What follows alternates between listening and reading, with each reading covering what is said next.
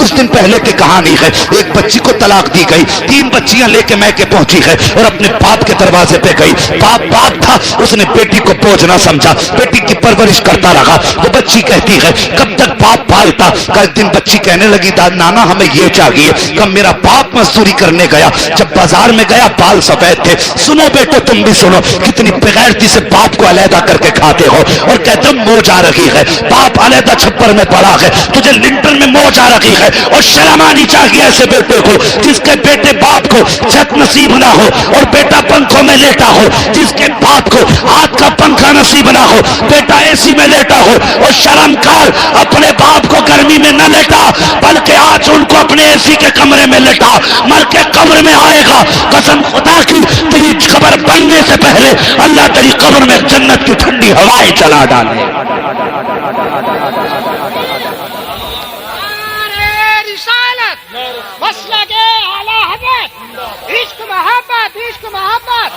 پیار محبت ہمارے یار اتنی محنت کر رہے ہیں آپ حضرات کے سامنے دل نکال کر، لیکن آپ بول بس توجہ کریں اور میری بات سنیں پیارے، خدا کے واسطے بارش چاہتے ہو تو اپنے ماں باپ کو راضی کرو، اپنے ماں باپ کو راضی کرو۔ اور اس بچی کی بات سنو، اس نے کیا کہا معلوم ہے؟ وہ کہتی میں باپ کے گھر آ گئی، میرے باپ نے دیکھا بھائی خرچ دینے تیار نہیں ہے نا، تو باپ میرا تھیلا اٹھا کے بازار جانے لگا، مارکیٹ مطلب مزدوری کرنے کے لیے۔ میں نے کہا ابا کدھر؟ اس نے کہا بیٹی بچوں کے لیے کچھ تو لانا پڑے گا، ابھی میں زندہ ہوں تجھے ہاتھ پھیلانے نہیں دوں گا۔ باپ ہوتا ہے، بیٹیوں سے بھی گزارش ہے خدا کے واسطے غلط قدم اٹھانے سے پہلے ایک بار باپ کی ذمہ داری سمجھ لیا کرو۔ ہاں، کسی کو فون لگانے سے پہلے ایک بار باپ کے سفید بالوں کو سوچ لیا کرو۔ جب تمہیں دنیا دھکے دے گی اور دھوکے دے گی تب یہی باپ تمہیں سینے سے لگائے گا، یہی باپ سینے سے لگاتا ہے۔ اس نے کہا بیٹی میں تجھے کسی کے آگے ہاتھ پھیلانے نہیں دوں گا۔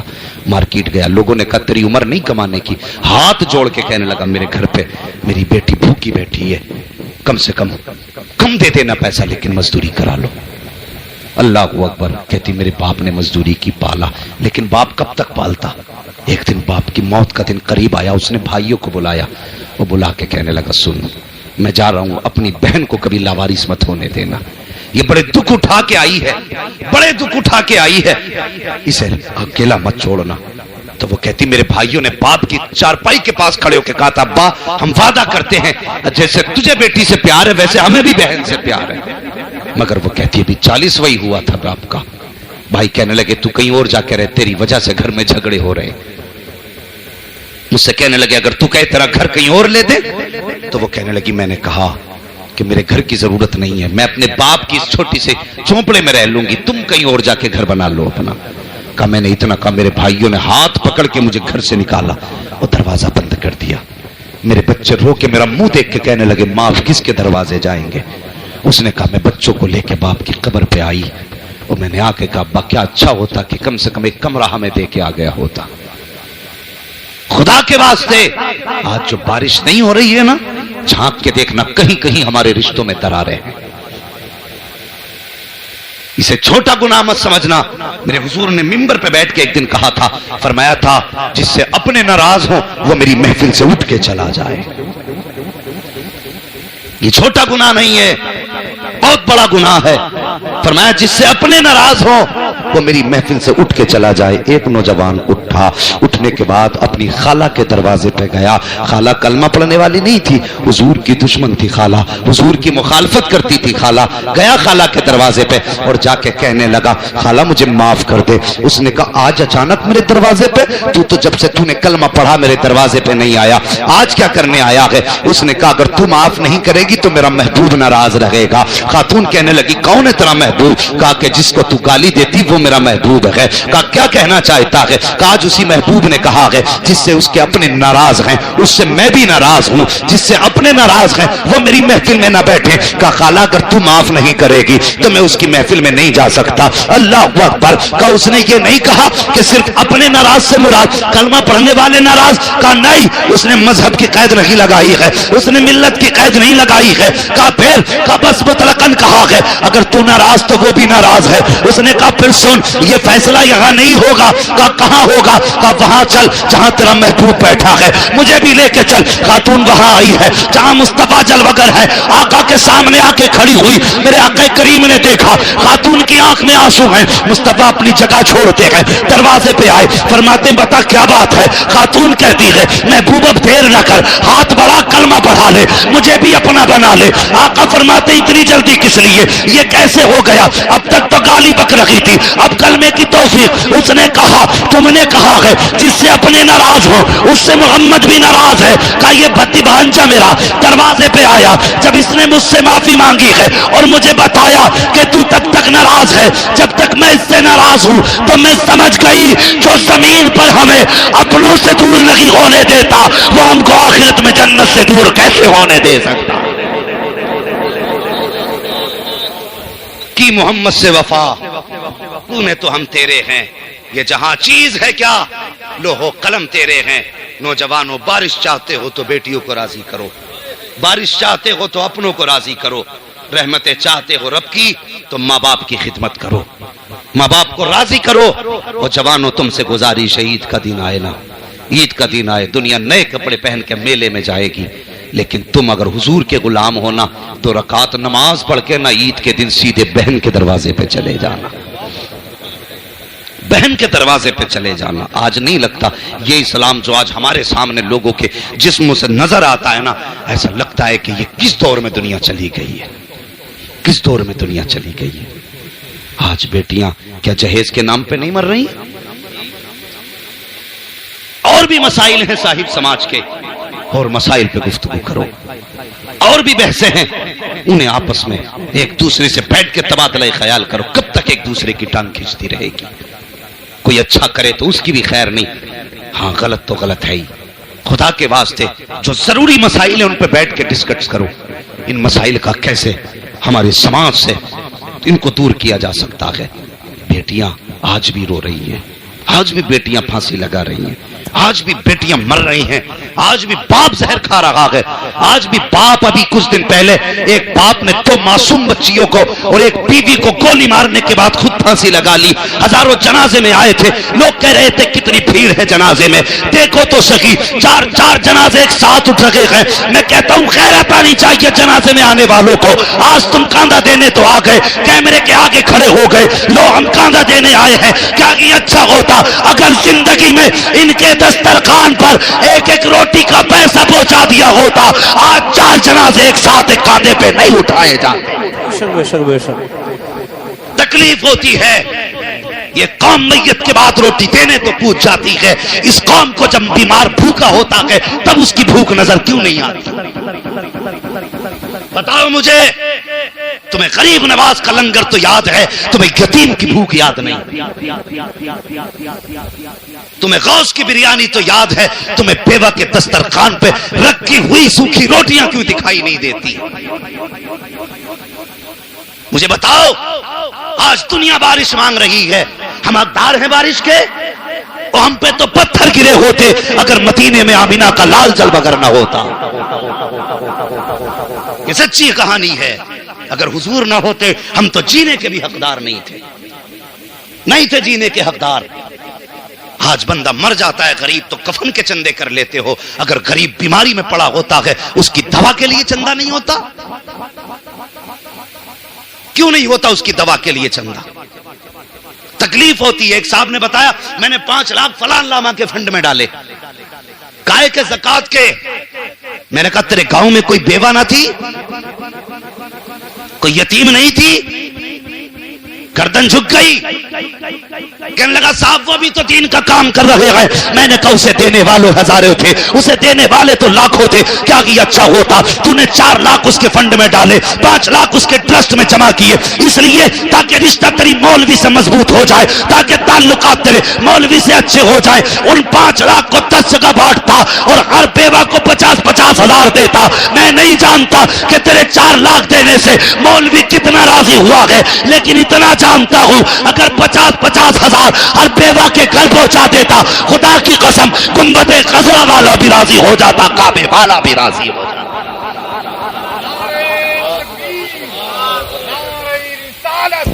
مسلک اعلی حضرت فیضان معظمی حضور سیدنا سیمی صاحب قبلہ علامہ مفتی حماد رضا صاحب قبلہ نعرہ تکبیر نعرہ رسالت.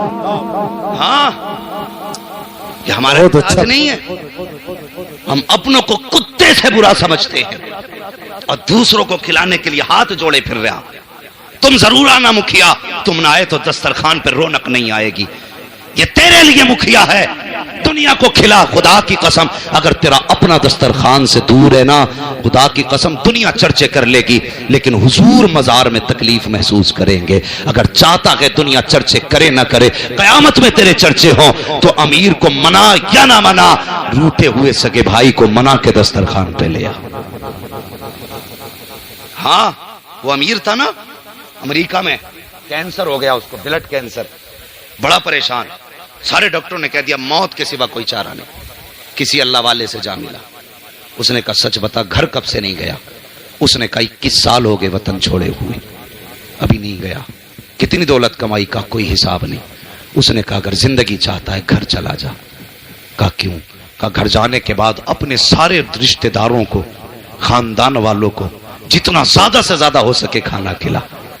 اللہ اکبر. آیا اس نے 1 مہینے تک رشتہ داروں کو, دوستوں کو, احباب کو, بھائیوں کو, سارے خاندان والوں کو کھلایا. 40 دن کے بعد جیسی اس نے ٹیسٹ کرایا تو نہ کینسر تھا نہ کینسر کا نام باقی تھا. تم نہیں جانتے اپنوں کی دعائیں کتنی لگتی ہیں, سوچ بھی نہیں سکتے اپنوں کی دعائیں کتنی لگتی ہیں. اپنوں کی دعائیں لیا کرو, اپنے بھی نصیب سے ملا کرتے, نصیب سے اپنے ملا کرتے. ہاں یہ بھائی جو ہے نا بھائی, یہ تیری جائیداد کا بٹوارا کرنے والا نہیں, یہ تیرے بازو کا زور ہے, یہ تیری ریڑھ کی ہڈی ہے. پکے حسینی بیٹھے نا سارے یہاں پہ, جتنے حسینی وہی ہاتھ اٹھا کے بتائیں اور سارے کہتے ہیں یا حسین. اللہ سلامت رکھ کے ماشاءاللہ ابھی تک جاگ رہے. بس یہ بات میں نے ایک بات سمجھانے کے لیے چھیڑی ہے. کیا تمہارے گاؤں میں مسلمانوں پہ مقدمے نہیں ہوتے, جھگڑے نہیں ہوتے؟ خوب ہوتے ہیں. وہ یاد رکھ پیارے, اتنی جلدی لاٹھی نہ نکالا کرو, اس لیے کہ تم جن کو مارتے ہو نا ان کے جنازے تمہیں کو اٹھانے پڑتے, تمہیں کو جنازے اٹھانے ہیں اور تمہیں کو تیجے تسوے کرنے ہیں. الگ سے قوم نہیں آئے گی. لیکن تم جانتے ہو تم نے اپنے کا گریبان پکڑا, جیل میں ڈال دیا. کچہری میں جا کے دیکھو بھائی بھائی, ایک اس تخت پہ بیٹھا وکیل کے, دوسرا اس تخت پہ بیٹھا. دونوں کی کہانی یہ ہے, یہ اپنے وکیل سے کہہ رہا ایسی دفعہ لگانا جو 10-20 سال کے لیے اندر چلا. وہ دوسرا بھائی سامنے بیٹھ کے کہہ رہا ایسی لگانا جو 15 سال تک یہ دنیا نہ دیکھ پائے. اور ظالمو تم اپنے اپنے من کی بھڑاس نکال رکھے ہو. بتا کل دونوں کے جیل میں جانے کے بعد جب یہ بچے یتیموں کی طرح پھریں گے, ان بچوں کے سر پہ ہاتھ رکھنے کے لیے کون آئے گا؟ بتانا کون سے نبی کا کلمہ پڑھا ہے تو نے, مجھے بھی سمجھا. تمہیں لگتا ہے ایک جلسہ جنت بانٹ دے گا؟ مجھے جنت بانٹنی نہیں آتی. میرا اپنا اصول ہے, میں آئینہ ہوں, دکھاؤں گا داغ چہرے کے, جسے خراب لگے سامنے سے ہٹ جائے. کون آئے گا بچانے کے لیے ان بچوں کو؟ اچھا لگتا ہے ہمارے بچے یتیموں کی طرح گلیوں میں چکر لگائیں, باپ کے ہوتے ہوئے لاوارث گھومیں؟ شرم آنی چاہیے. اپنے بھائی کو پھنسا کے کرسی پہ ٹانگ رکھ کے کہہ رہا مجھ سے بیلنے چلا تھا. ہوش نہیں ہے تجھے؟ پوچھ ان علماء سے. میرے حسین نے 71 لاشیں کربلا میں اٹھائی تھی. کتنی؟ سارے بولے کتنی؟ 71 لاشیں اٹھائیں, لیکن 70 لاشیں اٹھائیں تو کمر تک ہاتھ نہیں گیا. لیکن جب غازی عباس کی آواز آئی تھی ادرکنی یا حسین, میرے حسین مجھے سنبھالو, جب آپ کو لگا میرا غازی شہید ہو رہا ہے, میرے حسین نے کہا تھا آج حسین کی کمر ٹوٹ گئی ہے.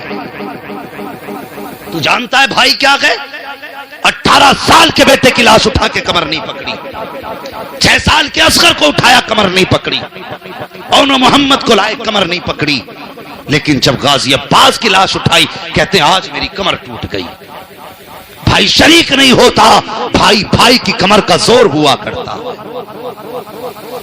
اگر یہ مر گئے نا خدا کی قسم پیار سے لالچ میں بھائی کہنے والے بہت ملیں گے، لیکن اس کے جانے کے بعد تیرے سینے کی گولی اپنے سینے پہ لینے والا کوئی دوسرا نہیں ملے گا۔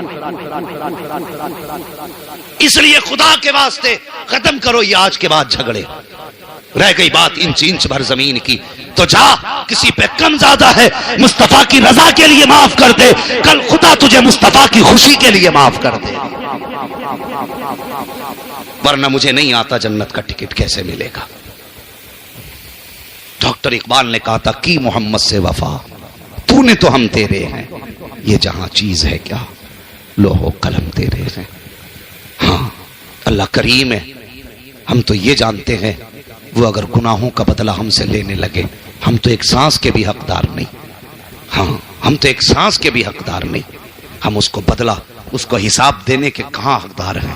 ہاں ہمارے تو بس کی بات نہیں ہم ایک سانس کا حساب دے سکے جو ہم نے اس کی توفیق سے لی ہے۔ وہ بڑا کریم ہے، اگر وہ چاہے گا محبوب کے زلفوں کے صدقے میں بارش کر دے گا۔ ہاں حضور کی نسل کے صدقے میں اللہ بارش فرمائے گا، وہ کریم ہے، اس کی اپنی مرضی ہے، جب چاہے بارش کر دے، جب چاہے سوکھا کر دے، لیکن ہم امید رکھتے ہیں انشاءاللہ میرے رب کا کرم ضرور برسے گا۔ ہاں اعلیٰ حضرت نے کہا تھا بھیگے سوکھے دھانوں پہ ہمارے بھی کرم ہو جائے، سوکھے دھانوں پہ ہمارے بھی کرم ہو جائے، بن کے رحمت کی گھٹا چھائیں تمہارے گیسو۔ ہاں تو بس اللہ کریم محبوب کی زلفوں کے صدقے میں بارش عطا فرما دے۔ نوجوانوں کوشش کریں گے میرے بھائیوں، آپ نے اتنی محنت سے جلسہ سجایا ہے، کم سے کم کمیٹی والے اور بستی والوں رشتہ داروں کی رضا مندی کا خیال رکھنا ہے، خاص کر کے بہن بیٹی کے رشتے کا خیال کرنا ہے، ماں باپ کے رشتے کا خیال کرنا ہے، اور اپنے بڑوں کا ادب کرنا ہے، اپنے بڑوں کا ادب کرنا ہے۔ اور خبردار خبردار اگر کوئی سنی صحیح العقیدہ یہ کہے میں سید زادہ ہوں تو بس گردن جھکا کے تسلیم کر لینا ہے۔ ہاں بس ہمارے دروازے پہ اگر کوئی بندہ آ جاتا نا، مزاج بڑے کڑوے ہو گئے ہم لوگوں کے، دروازے پہ کوئی بندہ آ جاتا تو کہتے او دیکھو اتنا ہٹا کٹا ہو کے بھیک مانگ رہا ہے۔ ہاں ہم اس کی معیار ناپنے لگتے ہیں، معیار نہ ناپ۔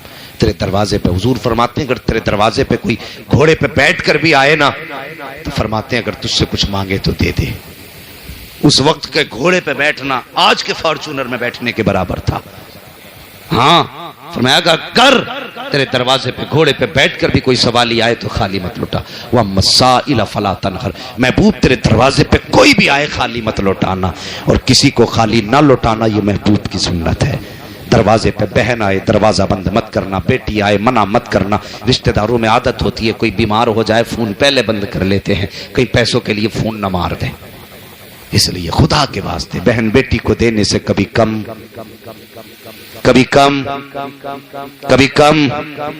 نہیں ہوتا ہے۔